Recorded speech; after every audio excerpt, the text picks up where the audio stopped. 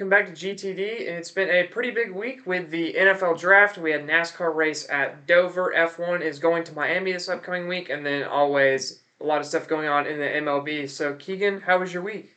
It was great. I went to a concert last night. Saw Billy Currington from Nice. some I'm country folk jealous. out there. Yeah, and Kip Moore opened for him, so I got to hear something about a truck in person live. A Nice. lot of fun. He played a Hank Williams Jr. song, which is always a highlight, no matter where you Yes. are. So yeah, a lot of fun. Of course, we had the draft. Had some more movie stuff, and we'll talk more about what's going on with with my team in the MLB right now when we get there. But some mixed emotions, some good stuff, and some stuff. But let's start with the draft. Last week went over his mock draft, Mad Micah's mock draft. Which did pretty decent. We got 6 picks correct, which is, for a mock draft, is not bad. Right, and it was an interesting strategic draft year. I feel like. I mean, 6 quarterbacks taken in the first 12 picks. Yeah, Yeah. A lot of board navigation, yeah. too. A lot of teams trading up, trading down. You saw a lot of moving around. And then these quarterbacks, there was a lot of debate, especially Wait, timeout. Speaking of quarterbacks, Penix went before McCarthy. Say what you want to say about Atlanta taking him. I told you that was going to happen. I mean, all it takes is one team. We see this Yeah. every year. So, I mean, I don't agree with the pick. I personally would have even taken Bo Nix before him just because of the injury stuff. But let's actually talk about that right now. Let's talk about the Michael Penix pick for Atlanta because we have winners and losers, and they are my first loser, the Atlanta Falcons. Your biggest loser, right? Yes, the biggest loser. They signed Kirk Cousins to a 4-year, $180 million extension, and then instead of getting him another weapon, or getting an edge rusher when all the edge rushers were still on the board, or getting a corner on the other side of A.J. Terrell out there, they're like, let's take another quarterback, and let's make sure it's the second oldest one in the entire class, so then after he learns behind Kirk Cousins for 4 years, by the time he can even start, he's 28 years old. It made no sense to me at all. I don't get it. If you're going to take a developmental quarterback that you want to learn from, take like Spencer Rattler in the 3rd round if you've just signed Kirk Cousins. I don't understand this pick at all. And then in the 2nd round, you trade up to the 3rd pick in the 2nd round. I'm like, okay, Johnny Newton's still on the board, interior pass rush. You can get him to really help out your interior, get some real power up there. And they went Rook Orororo out of Clemson instead, which Orororo has upside, but he's nowhere near the player that Johnny Newton is, and the Commanders just snagged him right at the next pick. So I I don't understand Atlanta's draft strategy. I will say their 4th pick in Brandon Dorlus, I think it has great upside. He's a little bit of a tweener, but I think he can be a good player. And then the Braylon Trice pick off the edge is just okay. But the first 2 picks for a team that I think was perfectly set up to improve their edge rush going into this draft, I don't understand it at all. Yeah, the fans don't understand it either. I know, of course, we have a bunch of buddies that are Atlanta fans being around this area, but I just know they're in an uproar. The ones around my buddies and just the fan base in general, very, very, very um, not happy right now with the organization. So, I Yeah. mean, we'll see how these picks turn out. Maybe they end up trading some Penix. We don't know what's going to happen with him. I don't think he's going to compete with Kirk Cousins for the starting job. So, No. But, I mean, you never know. If Kirk Cousins gets another injury, Michael Penix comes in and somehow, well, I don't want to say somehow, it sounds like it's impossible, but if he manages to mesh in and be at least serviceable, all of a sudden this draft class looks good. That's what's great about the draft, too. You can, I think it's kind of funny grading draft stuff initially. We're really not going to know how good these classes are until 3 or 4 years from now, but it's always a fun Brock Purdy's exercise. a perfect example of that. Mr. Irrelevant Yeah. comes out and is one of the top quarterbacks. Granted, that scheme is really well. You can say what you want about Brock Purdy. I believe he's a He does his job. quarterback. He's a, Right. I would He's say great for that scheme. he's not He an does elite his quarterback. job. He is a good quarterback, though. Yeah. He's definitely a good quarterback. But let's move on to winners now. Let's get our first winner here. That is the Washington Commanders. They took Jaden Daniels at pick 2. Just mentioned their pick of Illinois' Jerzon Johnny Newton at the top of the 2nd round. Fell a little bit because of a fracture in his foot, but has amazing upside as an interior pass rusher. Then they took Michigan's Mike Sainristil, the best slot corner option in this draft if you consider Cooper DeJean more of a safety. Sainristil's a great player. And then Ben Sinnott out of Kansas State to be kind of halfback or fullback tight end, half and half type player. Those are all great picks. I love this Commanders draft class a lot. And there were a lot of teams that I think did pretty well in this draft, but they stand out especially based on some of the value they got. Yeah, I mean, I agree. I mean, Daniels, it was. I didn't know if him or May were going to go second. I know we talked about that last week about Even Vegas was unsure at times. But I think Daniels is the better talent if you were drafting yesterday, which they were pretty much. So I think they just saw like he's at a more elite level as of right now. Let's get him while he's like that because we don't know what can turn out with May. Everyone talks about ceilings and all this, Well, but you got to they have to reach their I ceiling. think May is actually the most pro-ready quarterback of any quarterback in this class. Actually, I think he does best in the NFL because of his style of play. if you But look at him at North Carolina, though, he's already shown the ability to read and make those throws. So I think he already comes in as day one the best pro-ready quarterback. I think Williams and Daniels are better on the run and making well, those that's what I was gonna crazy say. improv plays. But Maybe as a those things he pure wants a yeah, more. which, like I said, I think that's why you signed Marcus Mariota. You're trying to run that system, and he's kind of the best backup for that. But as we stay with winners here, I then am going to have to talk about my Chargers. I debated putting them in this or not because I don't want to appear like a biased fan here. But if you look at the value they got, Joe Alt is the best offensive lineman in this class, and you get him at 5 to slide in on the right side, you would assume, on the other side of Rashawn Slater. Suddenly, Justin Herbert has a ton of protection out there on the bookends. Then you bring in Lad McConkey to be that kind of slot monster receiver. If you can develop Quentin Johnston, that's your X. You have Josh Palmer as a deep threat. Then bring in McConkey, that's a great fit to the scheme. Then Junior Colson out of Michigan, the third round. This is a guy who I had in my top 30 in this draft as far as just pure talent. I think he's the linebacker in this class that best profiles as a pure Mike, and that's something the Chargers don't have. So the value there is incredible. Then picking up both Tarheeb Still out of Maryland, Cam Hart out of Notre Dame. That's two serviceable corners that can come in and compete for playing time. And then I love the flyer down the board on Brendan Rice out of USC. Has put up production at USC, just there's some locker room concerns with him. But if he can pan out, I love the upside of that. I think the Chargers killed it, and I normally kill the Chargers for their draft picks because every year there's a Jerry Tillery, there's a Kenneth Murray, but Tom Telesco's gone, Joe Ortiz is in, and it looks like he knows what he's doing immediately, which is very encouraging. Right. I mean, yeah. There was. I mean, we had talked about it. Maybe them trading Herbert around to get another quarterback, but I never bought into that. No, if they would have done that, I would have been absolutely floored. You do Yeah. not trade away a Well, he top wanted to get his. quarterback He in the wanted to get NFL. McCarthy. He wanted to be reunited. You know. Jim Harbaugh likes McCarthy. He doesn't like McCarthy that much. Yeah. Good point. Yeah. So who's your other loser? Honorable mention loser. We'll get like a Yeah, D plus. the other loser here is hard because I still think these players could be pretty decent, but it is going to be the Tennessee Titans. You took J.C. Latham at 7. I think the value is okay on that. I think he's a good player, but you desperately needed tackle. And with Alt off the board, I could have seen, honestly, Fuaga, Faltanu, Latham, or Fashanu there. You just decide to go Latham. Not necessarily flashy. Then the second round pick, taking Devondre Sweat out of Texas, just kind of a big run stopper plug up the middle.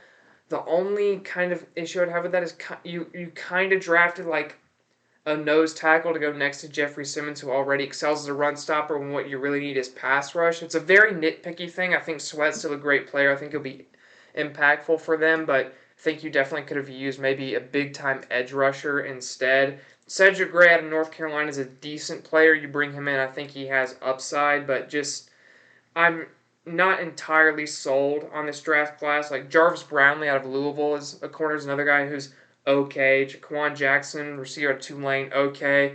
I like James Williams out of Miami. He's shown good technical ability. The issue is he's a horrific athlete. His RAS score was in the ones, if I remember correctly.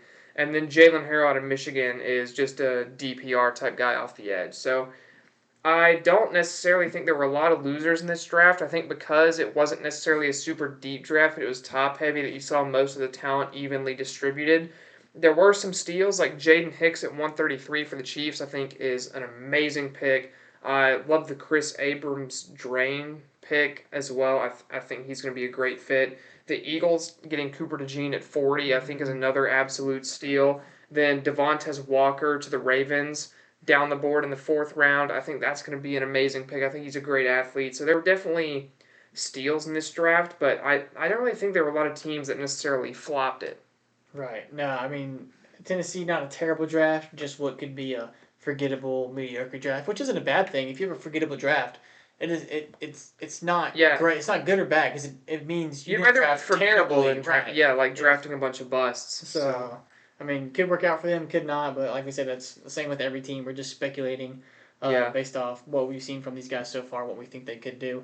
But let's move right on to the MLB, and let's start with that's right, the bat flip of the week. yeah. We mentioned it last week. Where is Ellie? Where's his bat flip? He has arrived. He's hitting the home runs, but where's the bat flip? And we knew he was going to be on this list at some point today. It just happened to be right after we talked about him. So, Ellie, we appreciate you for listening and watching. Hopefully, you will listen to this breakdown of your bat flip because this one is my favorite of the year so far. It's the most interesting so far. I got to watch it live. I was watching the Reds game, and he hit that thing. You just watch him as you see the replay, and they show the replay. You're like, oh, Ellie's back. Oh, yeah. The mojo is back. Let's break it down for y'all. We got a great shot that we'll show y'all. Put up on the screen. Just hammers it, like I think 110 off the bat. Oppo Taco. Opposite field. Moonwalks, not really moonwalks, but just not even like looking at the field, just walking backwards, then turns to his dugout. And I mean, as soon as he turns his dugout, it's on. He's letting them know, I'm back, I'm him, I'm me. I'm about to have one of the great seasons of my life, of my career, because I'm in year 2, so technically that's true. Then he just spikes the bat, still staring down his dugout, gives him a like, yeah, that's right, and then just electrically, he didn't jog around the bases. He was like moving around the bases too, Yeah. which is always fun to see. Well, to be fair, even Ellie's jog is probably about 15 miles an hour. Yeah, he can jog way faster than I can sprint. But yeah, it was just beautiful, man. Just admiring it, walking backwards it's awesome. It's awesome. But yeah, it was a thing of beauty, and Ellie this season has been so fun to watch. And now the mojo, the confidence coming back into it as well. He appears to be locked in right now. Had a bit of a slump versus the Rangers this weekend. Was slightly off. Had a couple rough games, but I obviously trust him to get back into it. So I'm really happy with what I'm seeing from Ellie right now. No, it's even though he's on the Reds, a division rival, he's still super fun to watch, and I do enjoy watching him. But let's talk about while we're talking about Ellie De La Cruz, let's talk about the top leaders in different stat categories. We'll start with the hitting side of things. Your leader for average is still Mookie Betts. I mean, he's lining it up right now. Yeah. How about Alec Boehm though, sitting there in third? Yeah, I mean, and Will Smith, Yeah. that's not a guy I expected to be Two up here. catchers in the top 4 and 3 in the top 7 right now, with William Contreras at 4th and Salvador Perez in 7th. Is it the year of the catcher? It looks like it. I mean, Mookie Betts is hitting 387. That's Which pretty good. we know he's probably not going to end like it. We don't know, but He might. He's not. He's so good, he just might. But if he does, oh, that's an incredible season.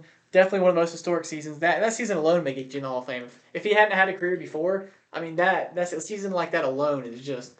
Oh. Yeah, I saw a tweet that said Mookie Betts could leave today and pursue a career in Wii bowling and he would be a Hall of Famer. And I agree with that. He doesn't have to do Wii bowling. He can do professional bowling. Yeah. I mean, he's good at that too. I was too. gonna say, like he's won professional bowling tournaments mere months after winning a World Series. We need to get another iconic bowling quote, but this time from Mookie Betts. Who do you think you are? I am. But Mookie Betts would be like a lot less like, I don't know. You know what I'm saying. You know what I'm getting at. Yes. But yeah. The home runs. Everyone loves the big fly. And guess who's back? Who's back? Mike Trout is so back. Mike Trout is back. It's the year of the fish, ladies and gentlemen. We called this. I don't know if we called it on the show or in our little circle, but we're like Mike Trout is going to show back up this year. He's healthy. Hopefully he can stay healthy because a healthy Mike Trout is the best Mike Trout. Oh man. Please, Angels trade him as well. Please, Yeah. because he has 10 home runs and 14 RBIs. Yeah, it's Very sad. But yeah, 10 home runs is just ridiculous. It's awesome. Tyler O'Neill. Yeah. Probably behind him at 9. Which, also, if you look at OPS right now, Tyler O'Neill's OPS is absolutely sky high still right now, I believe. Yeah, it's sitting at 1.197 right now, which is absolutely ridiculous. So he's not just hitting home runs. He's hitting the ball hard overall as well, and also has drawn 13 walks on the season. So he's just been an all-around weapon at the plate for Boston this season. I think this is going to be one of the most underrated signings that over the offseason has really blossomed so far and is really paying off for the Red Sox right now. No, I mean, I agree. He's hit I think the last 5 consecutive opening day starts he hit a home run. So I Mhm. mean, he started the season off with a home run, and just from that Yeah. it's been uphill. And Which, he hit Shody Minaga gave up his first big league home run to Tyler O'Neill, and his reaction, I don't know if you saw it on that Twitter. was It's pretty hilarious. funny. He goes, so that's what that means. Yeah. And then as soon as the fan caught it, he was like, all right, time to go back to work. I Yeah. got that out of the way. Imanaga just so fun. Yeah, I mean, it took what 5 starts for Imanaga to give up his first home run, which we're going to talk about this anyways. You might as well do it now. 5 games, 4 wins. He's 4-0 only because of a rain shortened delay. Would be 5-0. He'd have 5 wins. A .98 ERA, Which is good. 27.2 innings pitched, 28 strikeouts, and a .80 WHIP. Yeah, that's ridiculous. First pitcher since was it Dave Ferris in 1945 to go 4-0 with a sub-zero ERA in his first 5 starts in the major leagues. Yeah. On an incredible run. I mean, we talked about him winning Rookie of the Year. If he continues this, he's your Cy Young and Rookie of the Year. Yeah, he's really taking it to my Cy Young pick right now, Tyler Glasnow, who's had a great start of the year too. Yeah. Glasnow's taking a 2.72 ERA with a WHIP under 1, sitting at .93, just a 181 average allowed, but Imanaga's been on another level so far this He's fun. He's electric on the mound. He's fun to watch. Yeah. He's an instant classic in the Cubs community and the Cubs fan base. It really does feel like you've got your pitcher's version of Seiya Suzuki now, because their mannerisms are so similar. You watch them in the dugout, on the field. They both have the, like, you can tell they both love baseball. Oh yeah, It's the they're best. so happy to like just be part of the Major League Baseball. It's what they grew up hearing about and everything. I mean, one of the few words Seiya Suzuki can say in English, and according to people within the Cubs organization, is he's picking up English really well. He tries to spend as much time away from his translator as possible at restaurants just to pick up the language. Let's not get money stolen. Exactly, and it's just great to embody himself. And everyone says he's taken the American culture on by storm. But someone asked him if what he knows about Fenway, and he replied, "Green Monster." So he knows that he Yes. knows the history of the sport. He knows the sport, especially if you're playing at a field like Wrigley. You know, it's important to know like Wrigley and Fenway are kind of these two historic ballparks. Speaking Yeah. of which, they're playing right now. Cubs are playing in Boston right Yeah. now as we're recording this. I hope they lose. I'll get a score update for you on a little bit. But yeah, just show has been so fun to watch. But let's get back to hitting stats before we get too carried Yeah, away. there's a guy I want to talk about here that I'm glad we came back to hitting stats because I don't want to skip over because I feel like he has the most under the radar 9 home runs right now, and that's Gunnar Henderson. Yeah. There's been so much talk about Mike Trout, Marcell Ozuna, Tyler O'Neill, Elias hot start. Gunnar Henderson has 9 homers right now, 22 RBIs, is hitting .288 with an OPS at .960, and I feel like no one cares. I feel like no one's talking about this guy.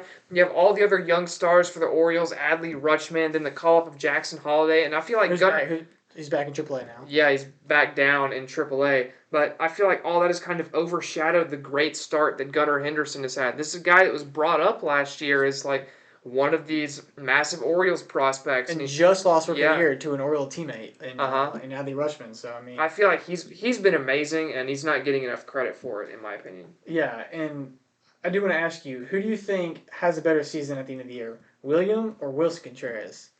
William Contreras right now with 5 home runs but a .988 OPS. Wilson Contreras with 4 home runs and a .950 OPS. So Williams got the advantage right now, but how do you think this shakes up? I think William does carry it. He's been the cornerstone of that Brewers lineup this year.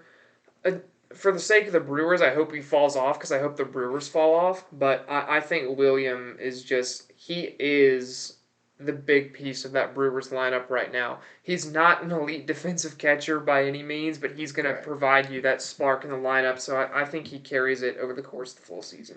No, I'm with you. I mean, he's batting .352 right now. I think he just keeps a little bit of that, maybe not all of it, but I do think he finishes ahead of William Contreras, especially because as someone who watched Wilson Contreras very closely for years and years, he can be a little streaky at times. Yeah. He can be I think the past 4 years, there's been at least a month where he was the best hitter in baseball. Last year, I think July, he was top 2 hitters in baseball. Mm-hmm. And then he also had the period where he kind of got blamed for all the Cardinals' problems as well. So he's very streaky. So because of that, I think William Contreras is a little more consistent and just stays with that. Who are you worried about right now as far as their stats maybe not lining up with? Well, I'm worried about Spencer Steer being like 1 for 30 right now. That's more of a Reds problem. But one guy that I thought would have a better start to the year than he's had is Jose Abreu, who has been compared to a rock. I think Mm-hmm. he's still kind of got that White Sox infection, if you know what I mean. Oh, I know what you mean. He was supposed to be a decent player for the Astros this year, and I feel like if that's not the Astros this year, everything is just falling apart for them right now. They're still one of the worst four teams in baseball, just cannot seem to get it going whatsoever right now. And I think it's partly due to these guys that are just not producing as well as their pitching staff not being up to par at all right now. Because Jordan is still producing, Kyle Tucker is still producing, and then another guy that I'm really worried about is Randy Arozarena, who right now is only hitting 152 for the Rays with an OPS at 479 or Yeah. 483, sorry. This is just not what you expect out of him. And then you look right below him, and there's the big red sign in the offseason, Jamer Candelario, who I've been frankly disgusted with as he's hitting below 160 right now with an OPS around 580. So I think those are two guys who you really expected a lot out of this season who haven't really given you much. And then if you want to kind of move on to bigger names, Corbin Carroll's hitting 189 right now. Yeah, and he wasn't off to a terrible start to the season, so this is more like recently just kind of in a slump right now.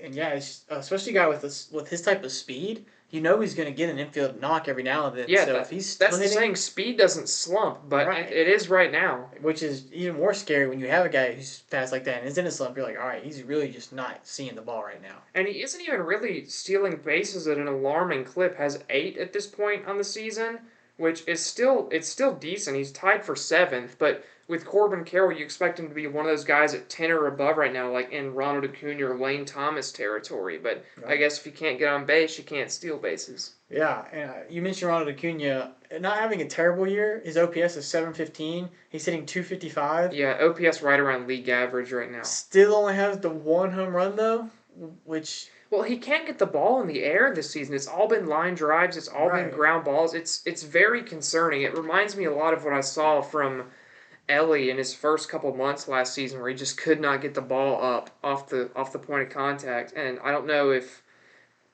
this is just a mental thing for Acuna at this point, but he just cannot get under the ball right now. Yeah, I assume it's mental. Maybe in the offseason he wanted to hit more line drives and was like, all right, let's see if like he knows he's confident in his power and he knows if he hits line drives he's still gonna get a bunch of home runs. Yeah, but why would you change anything after the? Some guys just are like that. They think I know. they just want to be better, and you can't fault him for wanting to be better. Yeah, but it's obviously not working if he did change something. Right, but in baseball, it's going to take some time. I'm sure he's realized, and his hitting coach has said, "Hey, Yeah. what we changed, just forget about it. Just be you, man. Just Mhm. hit like you hit. If you have a little more pop ups, so be it. Let's go. Let's just go be you." Yeah. But I mean, yeah, just a rough start for Braves fans, but not that rough because Marcell Ozuna has filled in that gap. So I mean, he's got 9 home runs with an OPS of 1.086. 31 Yes. RBIs. Yeah, it's ridiculous. I mean, he's. I mean, I hate this, but I mean, every time the Braves just don't have somebody, they get somebody right back. Like Yeah. something which is great for the team. I mean, they are a really close, tight knit team. When someone's not themselves, the whole team backs them. Yeah. They're scoring a lot of runs right But now. even Travis d'Arnaud had a 3 homer game and then had a super hot stretch in there. So it feels like every Braves player can just go off randomly. You're never safe with that lineup. Yeah, I mean it's fun to watch, but let's go to the pitching side of I things. want to talk about one more thing. Okay. Ellie has 18 stolen bases, I forgot. I didn't know. I thought we had already talked about Ellie. and it's April 28th. Yeah. Just throwing that out. He has 18 stolen bases. He could. We play the Padres tomorrow and the next day. He could have 20 stolen bases by the end of April. If he can get 40 home runs, he's gonna have a historic season. If He's going to have 40-80. If he can get to 40 homers, he's going to be 40-80. I don't know about 40-80. He may join Acuna in the 40-70 club, but he's got to hit the 40 home runs first. I think he gets to 80 stolen bases regardless. I think he definitely goes 25-80. I think he probably ends up just over 30 home runs, but I do too. I would say I would be almost willing to guarantee 25-80.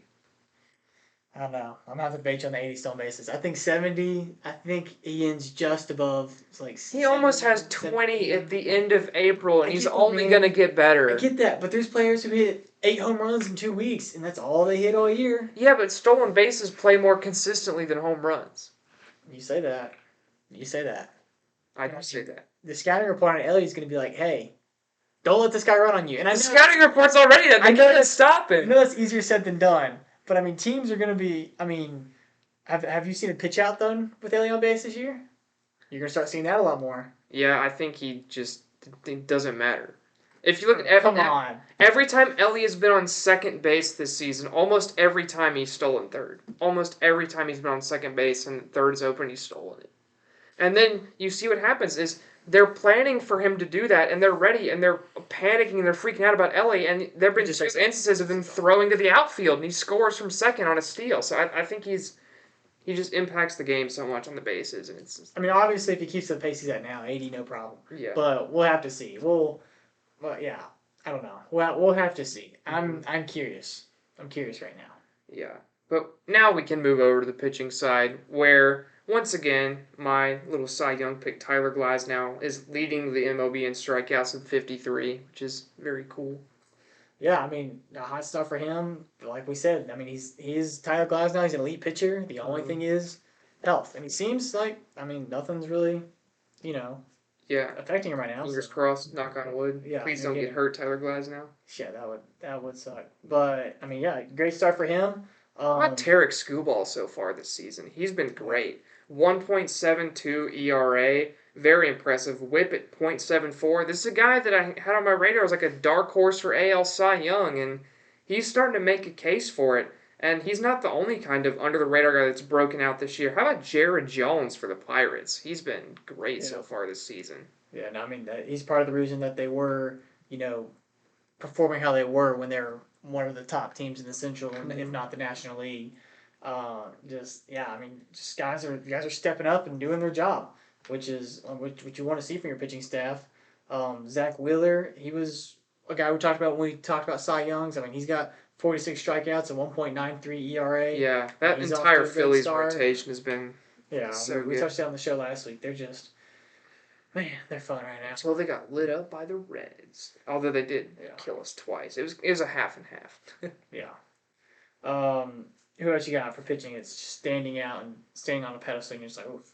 I mean, I think it needs to be talked about how well Cole Reagans has been doing so far. The ERA is at 3.9, and the WHIP is at 1.43, but I don't think those are super representative. He's had multiple very, very good outings, then kind of just blew up once, so it's really inflated the numbers, but I think this is a guy who's been very, very solid this season for sure, that hasn't been talked about enough. And then Luis Castillo has kind of got his stuff back together, really got shelled. Their whole rotation has kind of figured it out. Mariners have locked in. You look at Logan Gilbert as well, third in the MLB in strikeouts. Castillo fourth in the MLB in strikeouts, and Logan Gilbert's starting to inch that ERA down toward 2 at 2.03 right now. The WHIP is under 1. Castillo, the WHIP is at 1.3, starting to get closer down to where you want it to be. So Mariners' rotation is starting to lock in. I think that's why you see him in the lead of the AL West right now. Yeah, and a guy I want to say to look out for is Chris Sale. It looks like he's starting to find his stride in Atlanta. His ERA is at 3.7 right now, but he's got 31 innings under his belt, 33 strikeouts. Teams are batting 193 against him.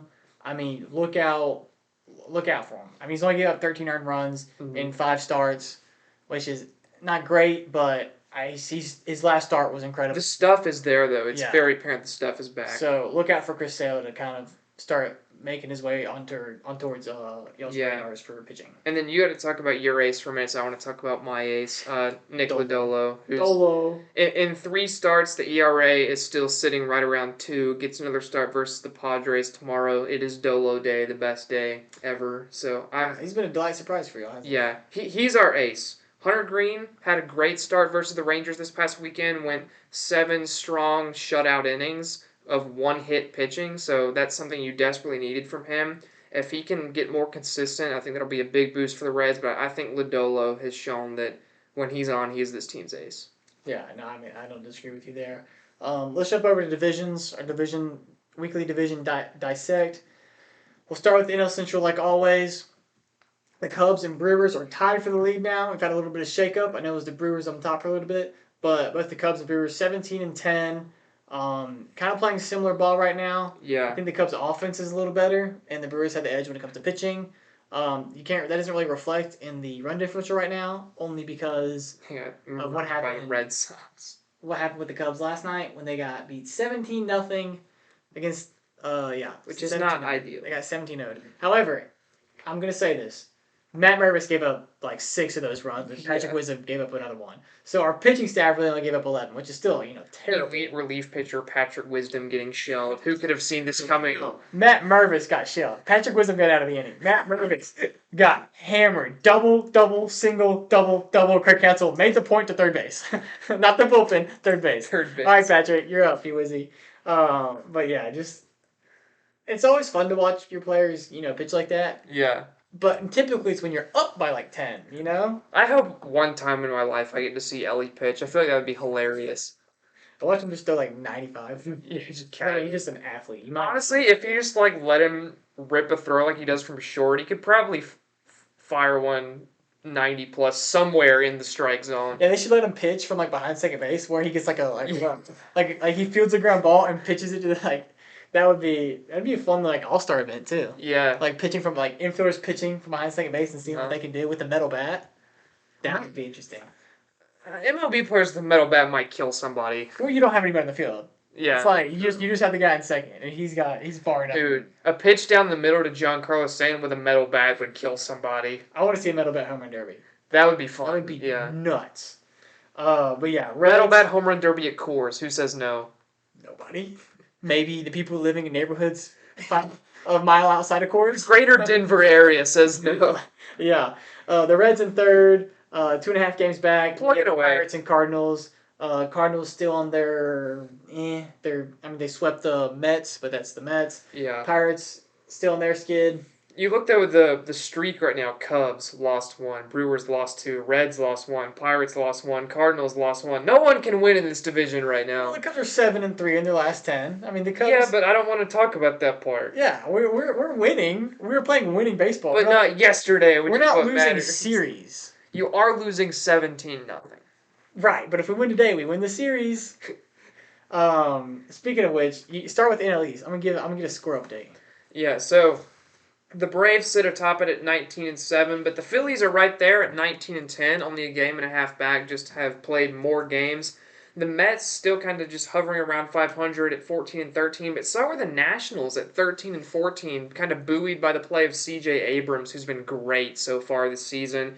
And then the Marlins are doing Marlins things down at 6-23, but I think always in the regular season, this is going to be the Braves division. It just is, can the Braves get it done in the postseason, which they haven't been able to the past couple of years versus the Phillies.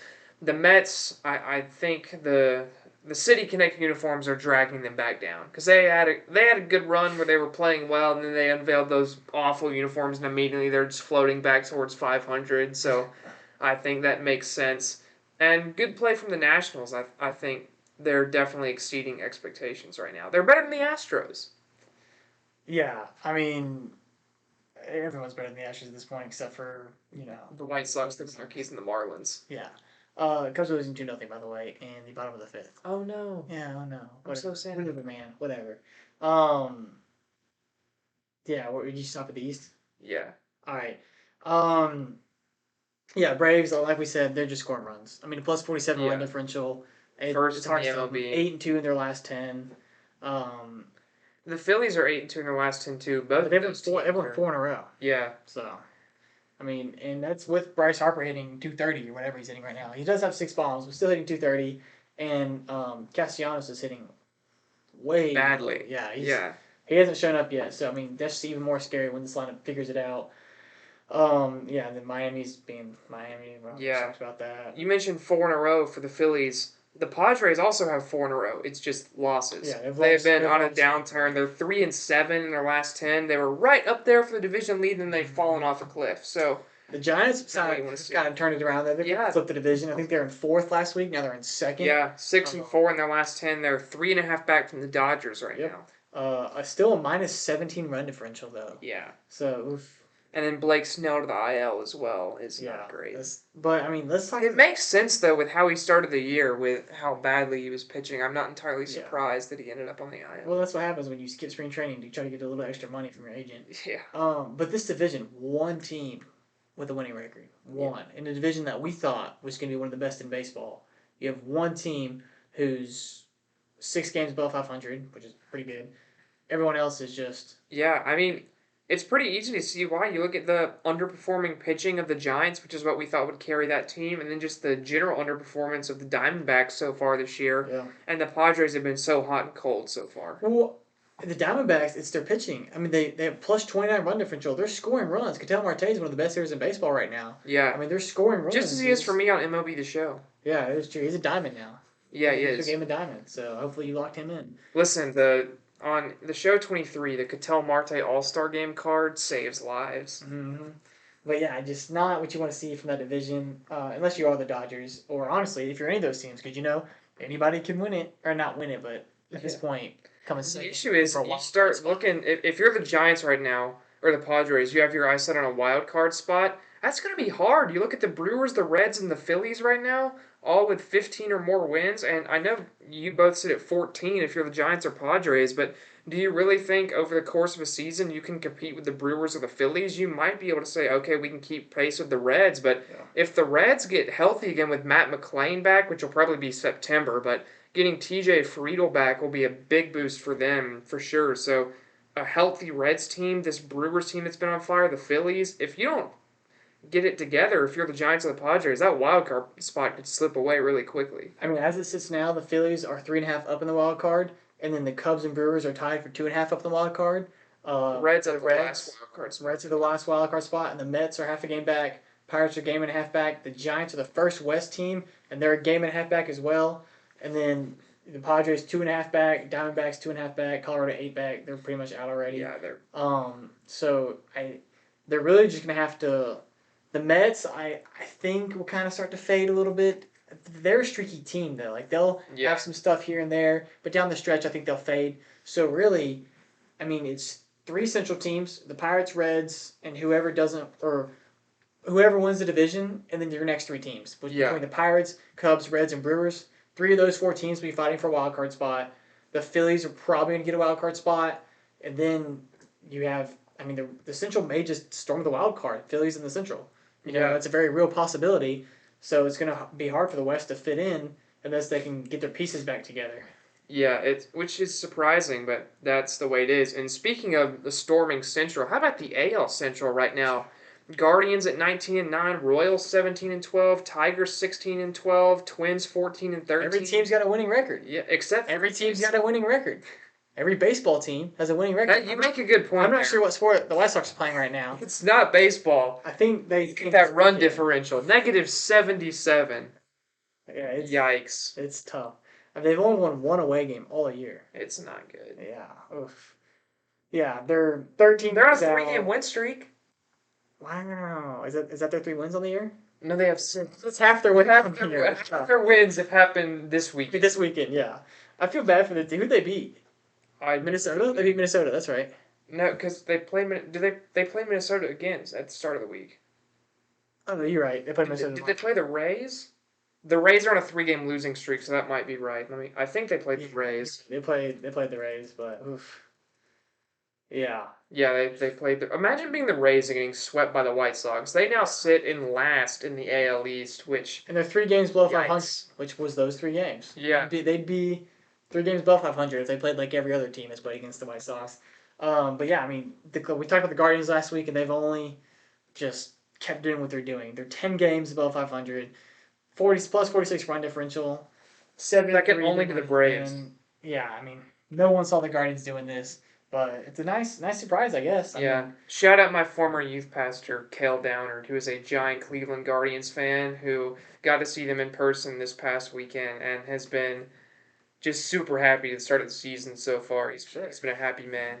yeah, I mean, we'll see if they can keep this up, but I mean, I need my Tigers, the team I picked to win this division, to past the Royals. I feel like they're at 16 wins. Royals got 17 yeah, wins. It's, I feel like the Guardians will fall off eventually. I just need my Tigers to pick it up. I don't know. If the Guardians fall off, I think the Royals hold the division. Also, how about the Twins on a 7-game win streak?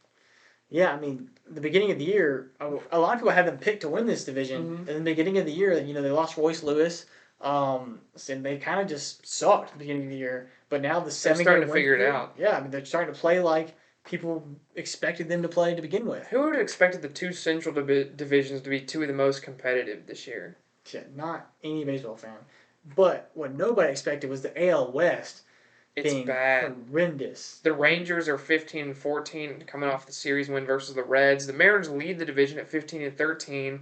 The A's are in third at 12 and 17. The A's are in third in their division with a minus 43 run differential. Yeah, at That's 12 how bad and this division 17. is. Yeah, that's how bad this division is. The Rays would be in fourth in every other division, but they are third in The the A's. AL West. Yeah, and Then then the Angels are 10 and 18. only The Astros because are 9 and 19. yeah, the Angels 10 wins are thanks to Mike Trout. Yeah, If you do, one homer for every win. right, if you do the math, Mike Trout home runs, Angels. That's why they have 10 wins. Divided And 7. Houston off to. This has got to be the worst start. One of the worst starts for kid of. It's World low Series hanging champion. fruit, and I'm going to make the joke. Houston, we have a problem. It's there. You know, I should have expected that, but for some reason I didn't. But one of the worst starts to a World Series defender, it's got to be. I mean, 9 and 19. Well, I mean, the Rangers won the World Series.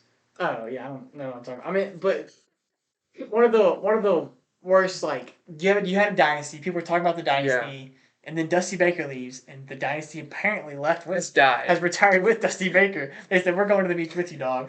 Like pack us in your gloves. Pack us. Dynasty has gone to Cancun. Yeah, pack us with your gloves and toothpicks. We're heading. Yeah. Yeah, I mean, if the Astros finish behind the A's at the end of this season somehow, ugh. I mean, it's in third in their division. We're like that's not getting talked about. They're in third in their division. Who cares if the division sucks? The A's have been clowned on for the last year and a half, and they're in third in their division. Now, granted, they probably won't win, but they're 3.5 back. So who knows? You know, by the time they're in Anything is by the possible. time they're in Sacramento, they could be hanging a banner their first year there. Now, if you're an Oakland A's fan, Oakland. and this, Where's Oakland? Sacramento. for the sake of this year, let's say you're an Oakland A's fan, and by some miracle they make the playoffs because the Mariners and Rangers have a disaster down the stretch. Let's just say the Astros don't figure it out. Do you show up to the game? Exactly. Do you show up to a playoff game if you're an Oakland A's You're a fan? diehard A's fan, but you're like one of those fans who doesn't want them to leave. Like, Yeah. I feel like you have to pack it out. Yeah, I feel like you have to. Last playoff Because roll, if you somehow make the playoffs and you don't show up to that game, you have no hope left. you're a terrible fan. I'm Yeah. sorry. The last hurrah in the iconic stadium. I don't know what to call it. They call it Historic stadium. Yeah, historic stadium. I mean, you got to go. You got to. I mean, come on. When's the last time they played a playoff game there? Oh, Was it 4 years ago? I think 19, right? yeah. 19. That would be 5 years ago. Maybe the COVID year. Back when they had both mats. Yeah, the match of the centuries.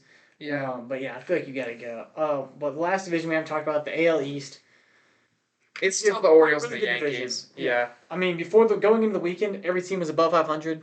And then the Rays got swept by the White Sox, and the Blue Jays did Blue now Jays above things. 500. But yeah, the Red Sox 15-3, 3.5 back. Baltimore 17-10, 1 game back of the Yankees, who are 19-10. Really good year for them so far. All those teams have an over 30 run differential. What about the Red Sox too? This is a team that was picked to be last in this division by pretty much every. Fans were hating the team, hating the ownership. They didn't spend any money. This, that. I think you look at two players. It's Tyler O'Neill. It's Tanner Houck. They're carrying this team right now. No, I mean I agree. I mean Tyler O'Neill went yard again yesterday. I mean he's just having a day, and Devers is probably going to figure it out at some point. Yeah. You know. And if Devers gets going with the way the rest of this team is, this AL wildcard is going to be an absolute logjam this season because one of the Yankees and Orioles is going to be a wildcard team. Mhm. I would assume one of the AL Central teams is going to be a wildcard team. Then you have Rangers, Red Sox, Tigers/Royals, Twins, all trying. As it sits now, the Orioles are 1.5 games up. the Royals are half a game up. Then the Tigers. So you have two Central teams in right now. Then it's Red Sox and Rangers next, right? Red Sox are a game back, and then Twins, Rangers. Yeah, Twins and Rangers are a game and a half back. Yeah. Blue Jays 2.5 back, and the Rays 3.5 back. And Oakland, this is what's crazy. Oakland is 4.5 back out of the wild card, but only 3.5 back out of the division. Yeah. That's rough. I mean, that's just this wild card's gonna be brutal this season. Yeah, I don't think if this keeps going, I don't think the West gets a team in the wild card. They get one. I don't think so either. One playoff winner, and that's the division winner. And then you're gonna get at least two from the Central. You're gonna get your winner, and then one in the wild card, maybe two in the wild card. So you're either getting two from the West or two from the Central. Yeah. That third wild card spot is going to be between the AL East and the AL Central for sure, in my opinion, unless the Rangers and Mariners both figure it out over the next few weeks. And they could. I mean, Houston can turn it on, you know? Which, I mean, also, I know they're both made of glass at this point, but DeGrom and Scherzer are coming back at some point for the Rangers this season. And let's say you get 3 starts out of DeGrom before he gets hurt again, which I hope doesn't happen because I love Jacob DeGrom. I'd love for him to stay healthy. But let's say you get 3 starts out of DeGrom and a healthy, okay Scherzer the rest of the year. I think that's definitely enough to buoy them into a wild card spot at least. Yeah, no, I'm with you. But you know, we just have to watch this all unfold. But let's move on to the world of motorsports. NASCAR, Dover. Not a whole lot to talk about. No. Kind of a boring race, like a 3.5, 4 out of 10. There are some things that almost made it interesting, and it just never. I was like, ooh, And by the time the caution came out, I was like, this race may be too far gone. But. I know the race was boring because I left my room with 20 laps left to go start laundry. I was like, yeah, exactly. There was the point where I was like dozing off, and I was And then I came back and I was like, oh, Kyle Larson's gonna catch him. Oh no, everyone's aero type next gen pass. Next gen car. It's so terrible. Next gen car. It's so bad. Are we gonna say the magic word? More horsepower. Whee! Make it happen, please. Also, get rid of the diffuser. Also, race in the wintertime now. Apparently, that's what we have to do for tire wear. Yeah. So. Get rid of the diffuser, make it 82,000 horsepower, and only race when it's snowing. You fixed it. Facts. Snow tires. Well, what if they not snow tires, but they run the normal tires but put the chains around them? Yeah. Run slicks with chains on Dover covered in snow. What could go wrong? The track? Bank straightaways. Have to repave the track? It's going to be like when Jamie McMurray just hit the piece of concrete and it destroyed the car. Yeah. Ugh. But, yeah. Hamlin won. Denny Hamlin, his 3rd win of the year, which is good for JGR to kind of get out of their slump. Before this... Unless your name's Christopher Bell. Yeah. It's Christopher Bell's 4 race skid. Just wrecked in a few of those races. Just not good for him. But JGR had no drivers in the top 10 the last 3 weeks. They got 3 today. And they got 2 in the top 5 of Hamlin winning and Truex. So a good week for JGR. Like we said, except for Bell. Who was my pick? Yeah, which means we knew he was going to wreck out at some point. But we'll rate the burnout. I'm giving it a 5. Dover's small. It's hard to do a burnout at, especially the bank straightaway. You pretty much have to do a straight to burnout. Yeah. He did a flare. He did some loops. So I'll give him a 5 just because it was short. I gave him a 6 because I liked the little spin he did in turn 2. Yeah. That was good. It wasn't bad, but no, he worked with what he got at Dover. It'll be on the screen for those of you that didn't see it. Yeah.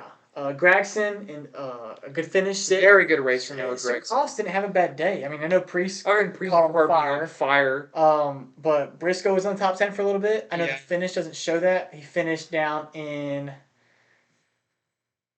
19th, but I mean, he ran well most of the day. Yeah. Daniel Hemrick, top 10. Top 10. Good day for him. Good pit strategy from that team as well. He got the lucky caution. Did the same thing Corey LaJoy tried. LaJoy didn't get the caution.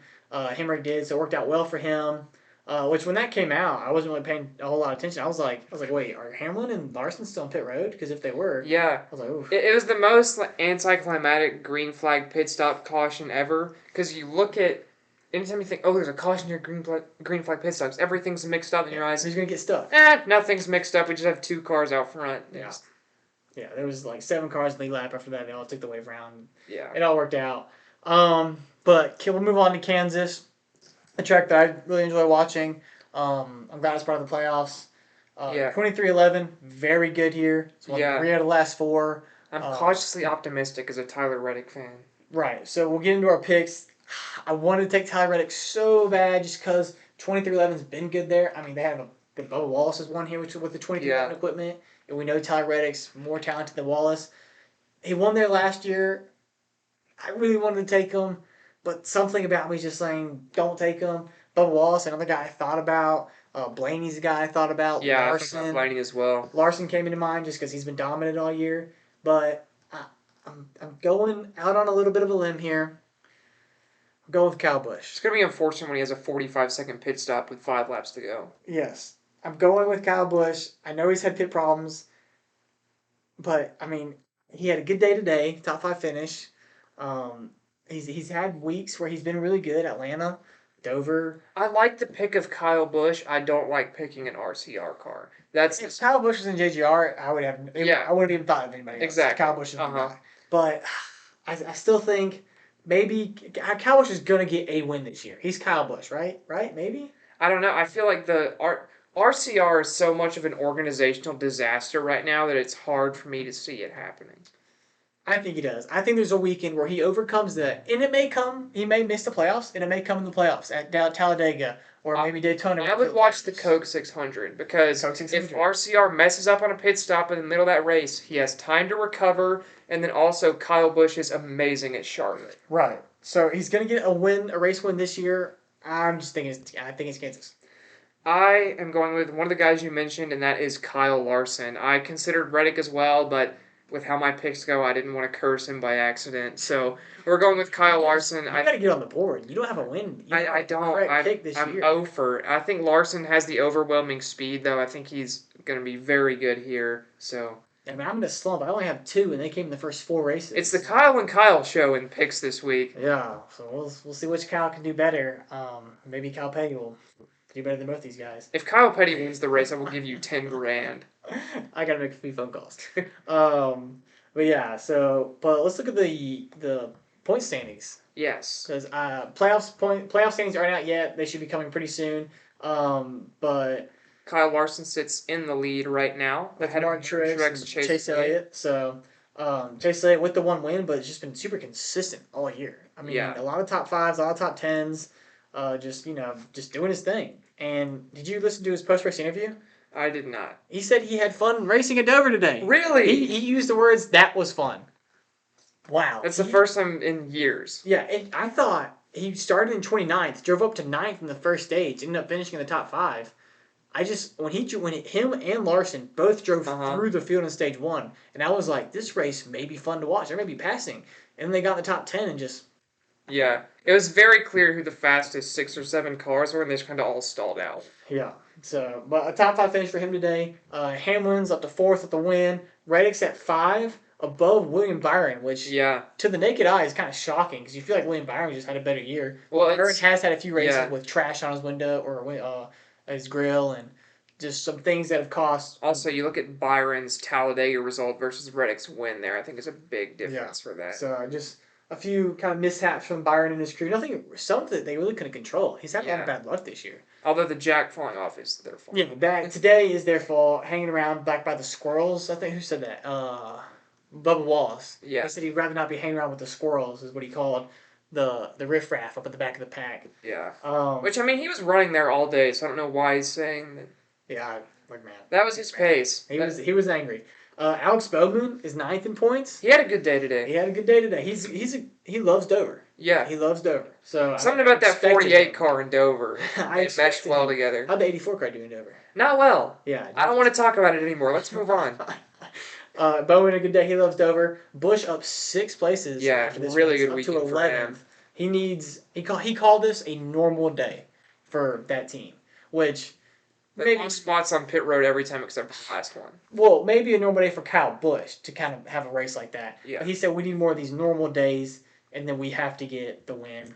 Logano, we were talking about him at the beginning of the season. He seems to be fine. He's up 2 spots today, up 13th. Yeah. Busher 14th. Bubba Wallace down 4 after the wreck, down to 15th. He's maybe slotting in and out because Daniel Suarez has the win. So there could be some guys who flip-flop. Right now, Wallace is your last guy in. Then you have Keselowski first out, but I think the big one recently with all the wrecks he's been in recently is Christopher Bell, who now sits 17th in points and then 18th in the playoff standings with Luckily, he has the Suarez win. win. He has Yeah. the win, so he's in. He's in, but it's concerning when you look at the playoff points for regular season championship, Right. which is something that coming into the year you thought that he's going to be right up there fighting for. Right, and I feel like Bell is just kind of one of those drivers. Like he'll lock himself into the playoff, and then he kind of just sits around the first 2 rounds of the playoffs, and then you go to Homestead, and he wins. He's just there. He always seems to win his way in the round of 8 to make the Final Four. Yeah. Right. He just kind of hangs around, does Christopher Bell things, unless he gets in trouble like he has been recently. But if he's just Christopher Bell and then wins his way into the round of 4, which we've seen him do back to back years at this point. Yeah. Well, he's so good at Martinsville that. Right. I mean, he got the win at Homestead last year, so. Yeah. I mean, Christopher Bell could just be one of those guys who just has a knack for making the Final Four every year. Yeah. Then one guy I want to talk about who's not necessarily in playoff contention, but I want to show some love to Carson Hocevar, who right now sits in 20th in points, which might not sound overly impressive, but his teammate Corey LaJoie, his far more experienced teammate, is sitting in 30th. Yeah. And I know LaJoie's tried some alternate strategies, has had a little bit of bad luck, but Hocevar has just been running really well, has a top 10 on the year, has led a lap, so that's cool, but has just really been putting in solid performance after solid performance, and I think this is the kind of season that could maybe put a little bit of pressure on Alex Bowman if he keeps these performances up. Yeah, I mean, they have the partnership with Hendricks, so they're definitely looking at that going, And Hocevar's worked with guys like Larson, Byron, Bowman, and Elliott on track. Like you've seen them kind of do things like they're talking, like their crew chiefs are talking to each other. Like they're together, which you don't really see a lot with LaJoie. He's not really working a lot. I would love to see Hocevar get a win because I feel that would be one of the most entertaining post-race interviews we would have all year. Yeah, no, I just want a rookie would be awesome, especially with a team like Spire. I mean, that would be incredible for that team. That would just push them leaps and bounds. I mean, we saw it with Trackhouse years ago when they rebranded and got that win. I mean, it was great for that team. And look at where they are now. I mean, Ross Chastain, Daniel Suarez has a win this year. To call it what you will, he's got the win. Yeah, Ross Chastain, by the way, with the most anonymous 10th in points ever, is just doing his job week in, week out, which I think for a guy that we kind of got used to being in the headlines every week for one reason or another, this is great for him to just be methodically plodding away, not necessarily getting wins. I know he was unlucky at Texas with the little kerfuffle with Byron at the end of that, but just solid performance after solid performance, which is, I think, something that's going to be very good for him. He reminds me a lot of Kurt Busch. Yeah. Ross Chastain was the flavor of the month for a little bit, and now he's just, top. He's 10. He's going to get a win. He may not get a win every year, but he's going to get, if he wins one, he may win 3 races a year. It's not bad to be Kurt Busch. Kurt Busch is a very talented race car. He may win 3 races one year, 0 the next year, 2 races next year, 4 races next year, 6 next year, 0, 0. I mean, he's going to make he's going to make the playoffs every year, and he's going to give you a shot to go to the Final Four and win a championship. Yeah. He may not win a single race until Phoenix, or he may not even win Phoenix and still end up winning the championship, like we saw last year with Blaney. So you never know. But Ross is saying, just doing his job. But just super excited for Kansas after the Boring Dover race. So yes. If there's one thing the next gen car does well, it's a good 1.5 mile race. So I hope we get a good one. I think it is going to be good. But F1 is in America this week too. At Miami. At the worst track on the calendar. Miami. The worst track on the calendar. Yeah. So it's always hot. It's always slick. The tire fall off is horrific. It's not even tire deg usually. It's just hot tire graining, very annoying to watch. No one can pass. I'm going Verstappen to win again because why would you not at this point? Although I'm going full delusion on the rest of the podium and saying Leclerc in second, Norris in third. I think this should be I think this is a track that Ferrari can take advantage of. They're gonna have the blue Ferrari this weekend too. Yep, they're gonna have all these tracks will be on Ferrari. If I think about it, the F1 one-off livery curse is gonna be biting Ferrari this weekend, isn't it? I'm going to keep Leclerc in second. I'm going to keep Leclerc in second. I'm going to go Norris in third. That's your guy. But I'm going to back the boy. Okay, I'm not. I'm going Verstappen, obviously. Perez, who I've had kind of seated in the third podium spot, I have him up to second this week. I just think Red Bull's on a track like this where it's a little harder to pass. I think Red Bull's just that much better than the rest of the cars, rest of the field. And then I have Norris also at my third place in the Yeah. podium. So yeah, we both had Norris in third. And I think you may want to put Perez in your top three, but there's something I don't know what it is. Maybe it's Ferrari goggles, but you have Yes. Leclerc in second. But some off-track news from Formula One this weekend. We had Nico Hulkenberg. It was announced that he will not be back at Haas next year. He will be at Sauber. So that is the first half of the Audi lineup for 2026, presumably set. It's assumed that the other half is going to be Carlos Sainz, probably, but we'll have to see if that actually plays out. Then the big news is Adrian Newey might be leaving Red Bull, and if that happens, he's rumored to go to Ferrari, which would be ridiculous. If that happens, is that the first domino to fall in Red Bull? Does Verstappen think about leaving? I don't know. Apparently, Verstappen and his team are meeting with Mercedes after Miami about contract talks, so I don't know if that'll happen or not. If it does, that would be crazy, but I It's doubt it. interesting because what was it 2 weeks ago when Verstappen's team came out and said like we're happy with Red Bull, we're staying here. Yeah. So, So I definitely a lot of your typical F1 they're politics playing stuff for- going on they're off the playing for track. right now, Yeah. So It's going to be fun to see how this all turns out. I will say, I think that Haas seat goes to Ollie Behrman. You saw him fill in great for Carlos Sainz at Saudi this year, and I think he proved he deserves an F1 seat. And usually, Ferrari has control over one of the. Usually, it was the Alfa Romeo seat, but now that they're Sauber becoming Audi, I think you really see them start to control one of those Haas seats with their young drivers. I think Behrman gets inserted into that next year. no, I can totally see that. I mean, he had a great feeling for signs. Um, yeah, that's a guy I would like to see every week in Yeah. F1. I mean, just a young talent. I It's going think to he'd grow. wipe the floor with Kevin Magnussen too. Magnussen has been being beaten consistently by Hulkenberg and has not been good this year. No, I agree, but once again, as with everything, we'll have to wait and see how it plays out. This is going to be a very Yes. fun week in sports because we have F1 and NASCAR both during the day Sunday. And then obviously baseball is ramping up like it always does. So Yes. super excited. Well, that's all we got for y'all this week. We'll see y'all next Tuesday. Make sure y'all stay tuned. Adios.